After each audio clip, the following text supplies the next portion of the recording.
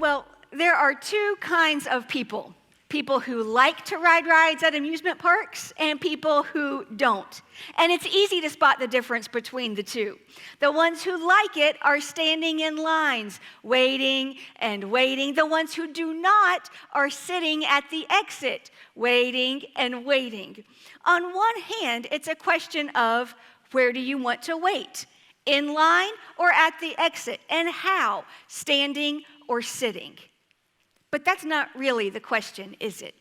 It's not really about the waiting, but the riding. It's really a question of, do you want to plummet toward the ground face first, flip upside down, spin in a corkscrew, be thrown from side to side and around and around and around, or not? Some people love that, others don't. So which one are you? I like to ride most of the rides. I can do roller coasters. I love a good water ride. But the ones that get me are the spinny ones. Do you know what I'm talking about? The teacups, that pirate ship that swings back and forth. Now, of course, I can do the carousel and the swings, but that's about my limit on the spinning. Except there was this one ride. Now, if you are with us in Central Virginia and you're my age or older, you may have known this as the time shaft at King's Dominion. If not, no worries. You've probably seen some other variation of this ride. There are even portable versions of it that show up at like county fairs and such. They look like really big clothes dryers. You know, the time shaft was 20 feet in diameter and 8 feet tall. And you go in and you stand against the wall, and then it starts spinning. Faster and faster, and as it does, the floor drops out, and you get pushed against the wall. You can't move. But let's be honest, you try to, because you're thinking that other people can't move in this ride, but you're not other people. You're you, and you're going to be the one person who can lift their arm or leg or hand or foot or pinky finger off of the wall, but you can't. And then the floor comes back up, the spinning stops, you exit, and puke. Okay, I don't think I ever did. Maybe you didn't either. But so many people lost their lunch on that ride that right as you stepped off at King's Dominion, they set out peppermint-scented kitty litter over a grate with steady running water to wash all of that down underneath the ride. I think they get points for creative problem solving. Except after years and years, all of that washing under the ride, their creative solution caused vomit-induced corrosion, and it compromised the structural integrity of the ride. All because of vomit, kinda. Actually, all because of force.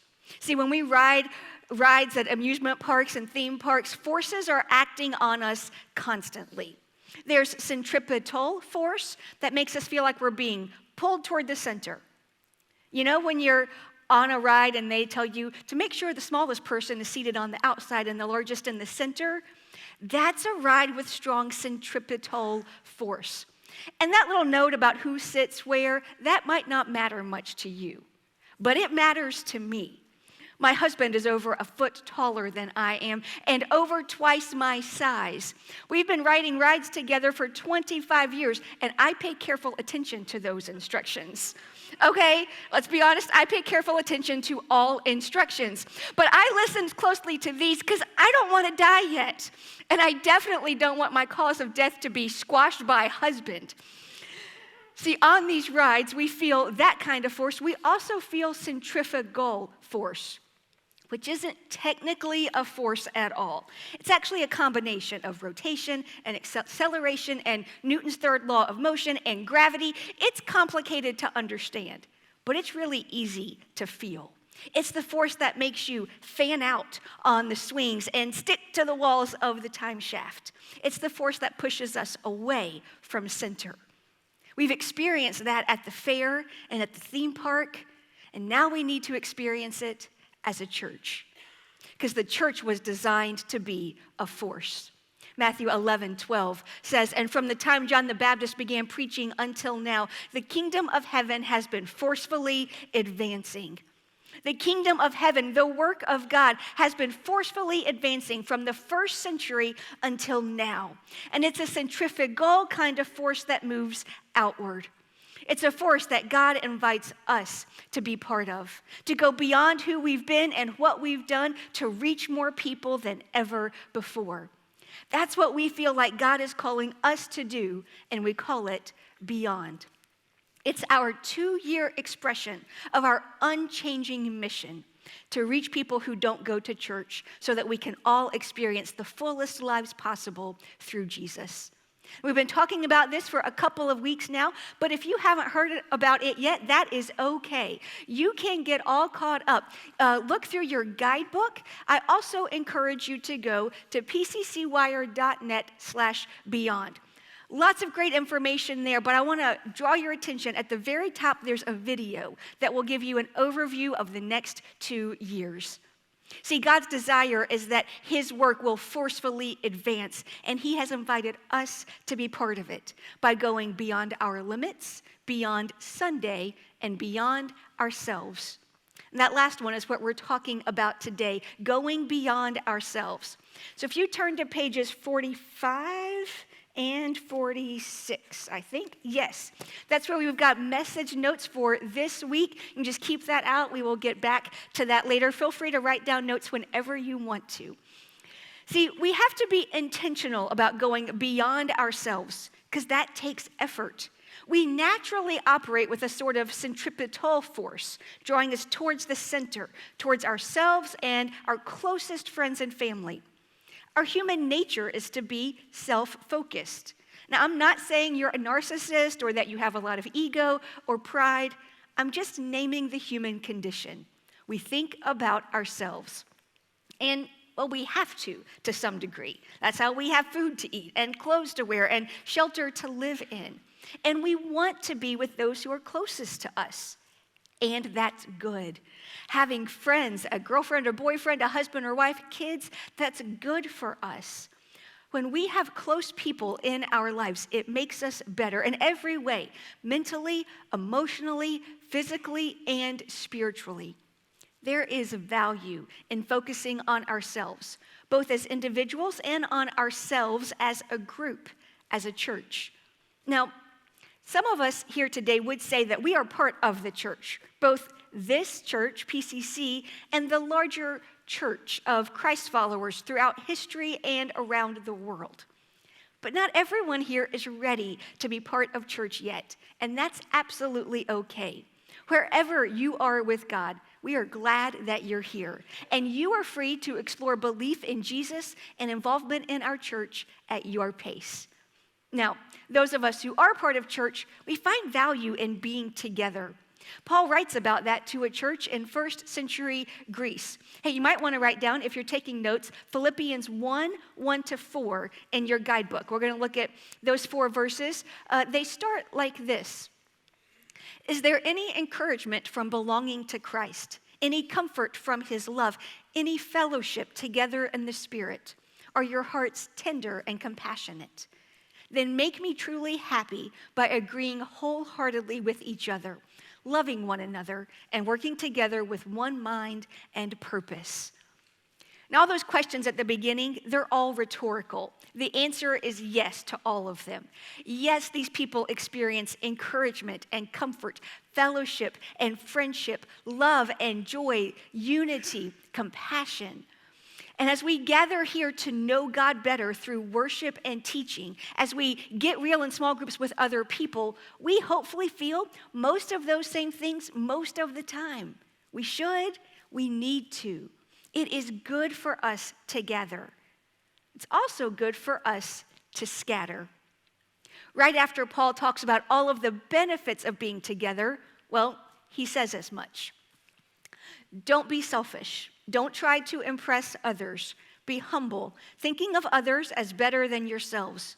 Don't look out only for your own interest, but take an interest in others too. Don't be selfish and think only of your own interest. Instead, think of others as better than yourself and look out for them too. These are important words for us to hear because our nature is to look out for ourselves and our culture. From school to work to social media, it pushes us to impress others with our grades and results, our grit and work ethic, our talent and skills, our appearance and style. But our faith, the truth of Jesus, that calls us to humble ourselves, to think of our classmates and coworkers, our friends and followers, and how they are doing what their interests are. And doing so takes intentionality. Sometimes we have to force ourselves to stop talking about ourselves and to listen to someone else, to stop advocating for ourselves and help someone else succeed. That is good, and it can be hard. And the key is that verses 3 and 4 come after verses 1 and 2. The order of these words is important. Paul is saying that we come together and we find encouragement and comfort, love and compassion, and then we look out and help others. We gather and then we scatter. I kind of see this visually in my head, so hope you'll bear with me for a minute. We come together and gather, and then we scatter. We come here, and as we gather, we experience all of those good things Paul talked about, like love and encouragement. That's a long word. We're going to abbreviate that. And comfort, compassion, all sorts of good things that we experience when we come here and we gather. And we do that in part so that then we can scatter. See, when we have what we need, then we're equipped to go and serve others. Now, this is true of us as a church. It's also true of us as individuals. And we're going to spend much of our time today talking about what this means for PCC. But Paul's words here also have meaning for your life right now. See, if you're trying to be a person who volunteers in the community and helps your neighbors and serves your family and would do anything for your friends, if you're trying to do all of that all on your own, you are making this way harder on yourself than it needs to be. In fact, it might just be impossible. Giving and going and serving and sacrificing is good and noble and right and exhausting and difficult. And the best source of being able to do good is a relationship with Jesus. It's in that very first rhetorical question. Is there any encouragement from belonging to Christ? Belonging to Christ is the best source of encouragement possible. See, God is love, so he can equip you to love all of those people who you want to help. He can encourage you when you feel discouraged. Being in a relationship with him, accepting his grace, experiencing his love, that's the best place to start. And being here with us is a great first step in all of that, in belonging to Jesus. See, coming to church matters because we get to know God more fully as we sing songs about him, as we hear messages about him, and as we gather with other people who are also trying to know him better. We gather so that we can scatter, so that we can go beyond ourselves. And that's what we're going to do over the next 2 years. We're going to look to the interests of those in the communities around our physical campuses and of a few countries around the world. We're going to be the change that our world needs. So we believe that being the change is one of 5 purposes that God has for every person. And we've always believed that. The truth is, in some seasons of our church, we've put a lot of energy into that purpose. Lately, though, it hasn't been our church-wide focus. Now, there are still people out there doing good in the name of Jesus and PCC. I mean, just recently, teams of volunteers have built or set up wheelchair ramps for those who needed them. I mean, seriously, people were trapped inside their homes. They were unable to get out until some of you, people at our church, showed up and put up ramps. And then, this summer, our ALIT campus accepted donations. Then they set up a store where people in their community could come and shop for back to school. But the catch was, Everything was free. From leggings to hoodies and backpacks and notebooks, they had it.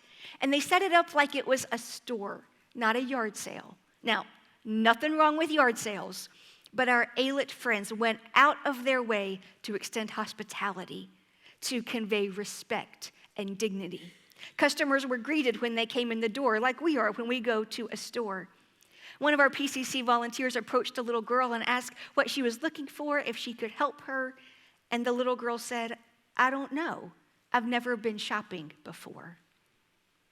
See, we are already giving people freedom to leave their homes, to walk into the first day of school with confidence. And we're doing Operation Christmas Child. Many of you took home boxes last week. You can grab one of them today. It's the red and green boxes in the atrium.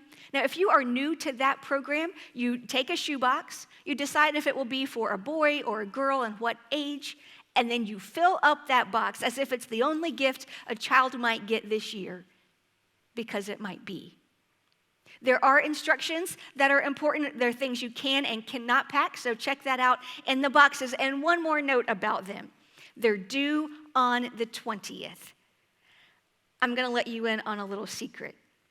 Sometimes we tell you that they're due a week before they're actually due because, well, we all forget things sometimes.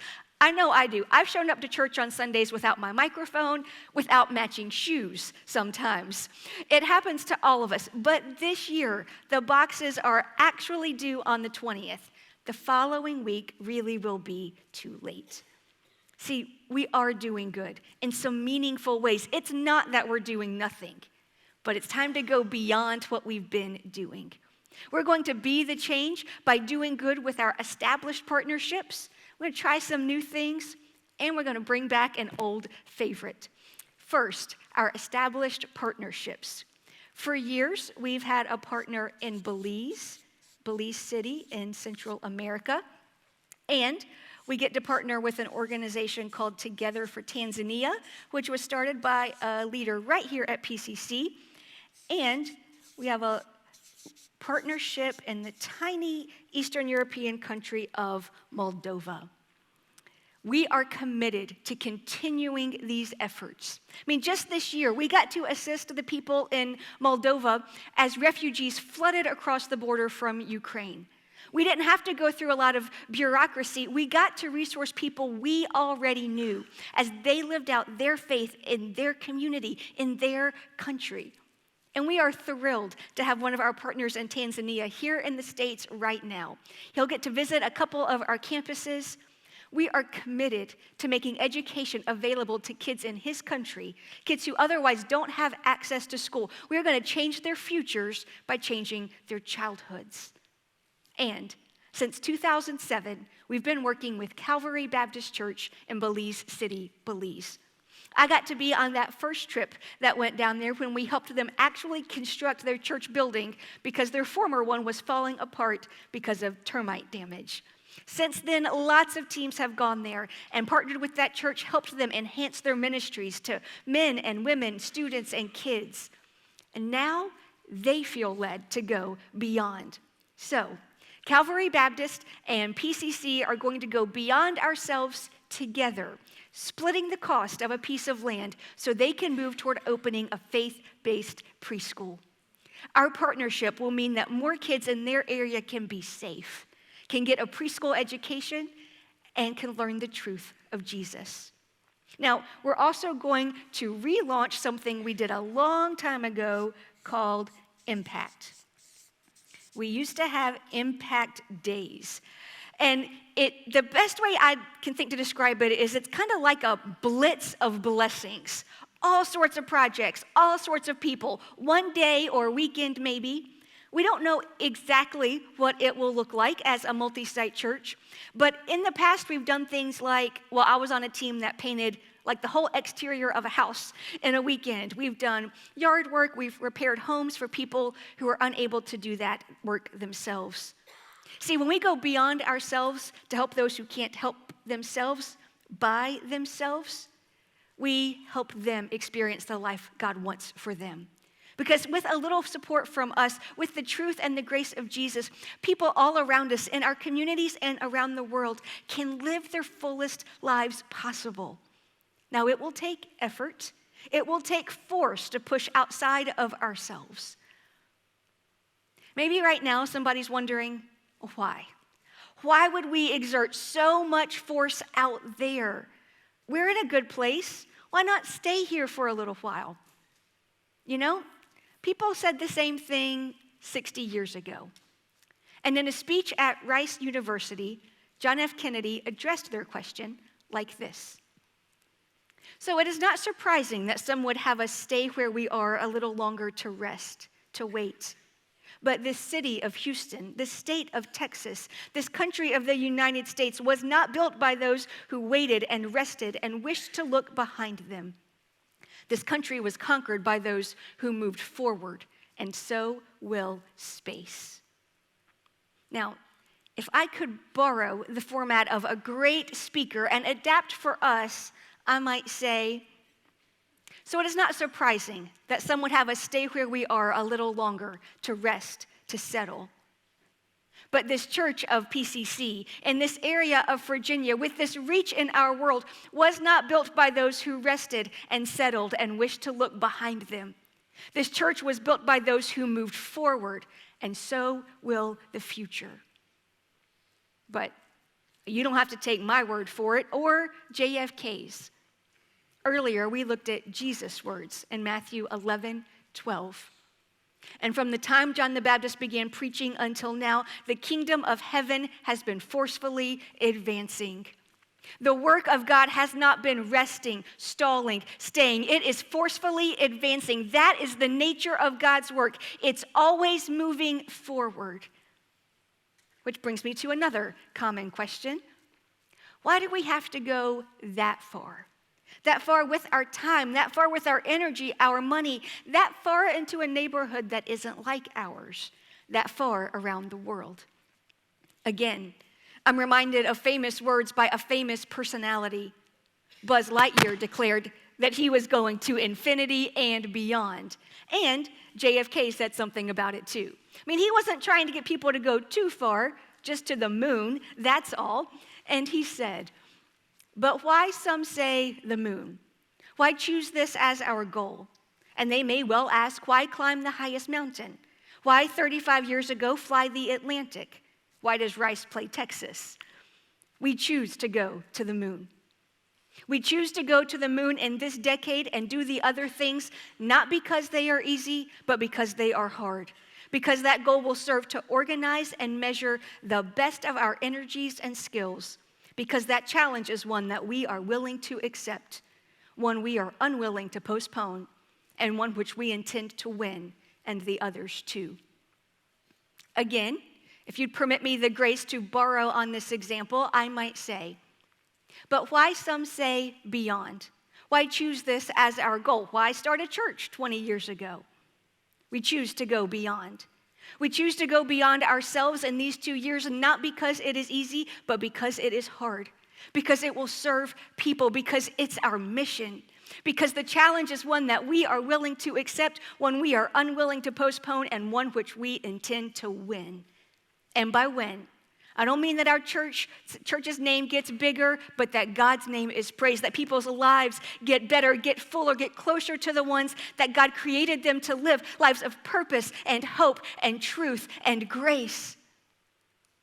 But again, you don't have to take my word for it or JFK's. Let's look to Jesus for why we must go beyond ourselves.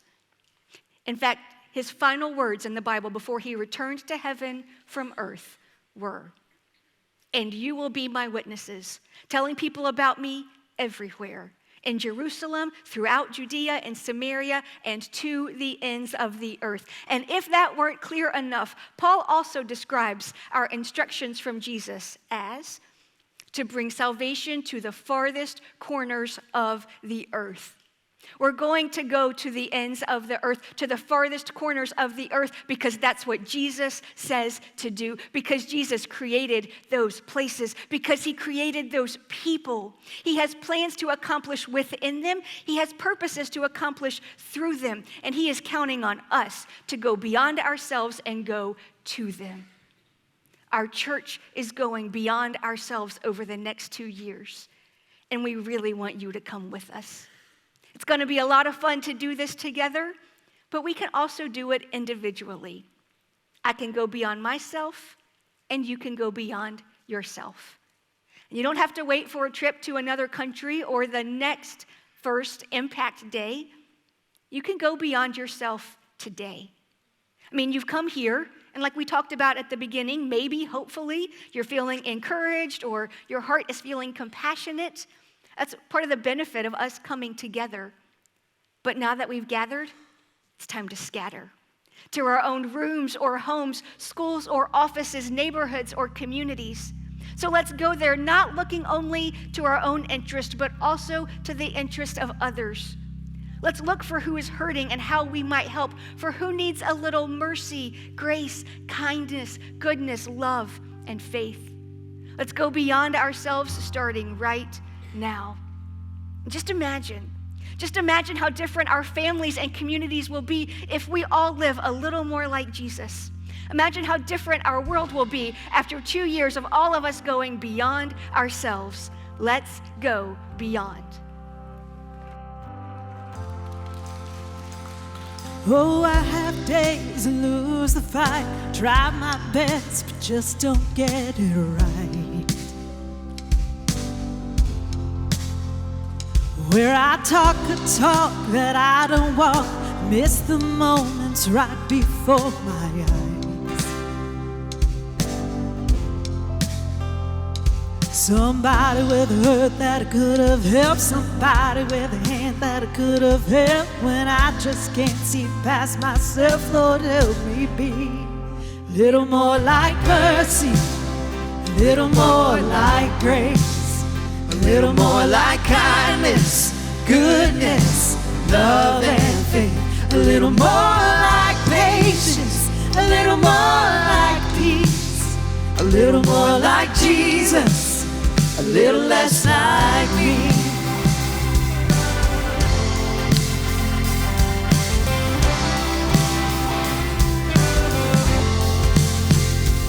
Yeah, there's no denying I have changed. I've been saved from who I used to be. Hey. But even at my best, I must confess, I still need help to see the way you see. Ooh. Somebody with a hurt that I could have helped, somebody with a hand that I could have held. When I just can't see past myself, Lord, help me be a little more like mercy, a little more like grace, a little more like kindness, goodness, love, and faith. A little more like patience, a little more like peace, a little more like Jesus, a little less like me. Oh, to feed the beggar on the street, love to be your hands and feet. Really give what I receive, Lord, help me breathe. I want to put you first above all else, love my neighbor as myself. In the moments no one sees, Lord, help me breathe.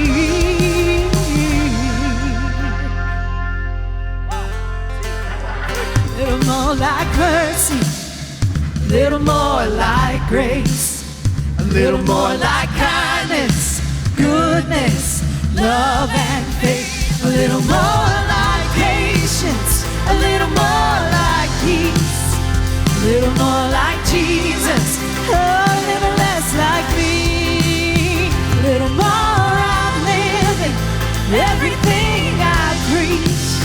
A little more like Jesus, a little less like me. Oh, a little less like me. A little more like Jesus. somebody with a hurt that could have helped somebody with a hand that could have helped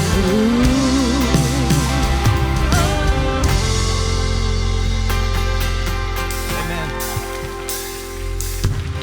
Let's all be a little more like Jesus, and let's all go beyond together. Be sure to download your guidebook and be praying this week for your commitment next week. We'll see you again soon.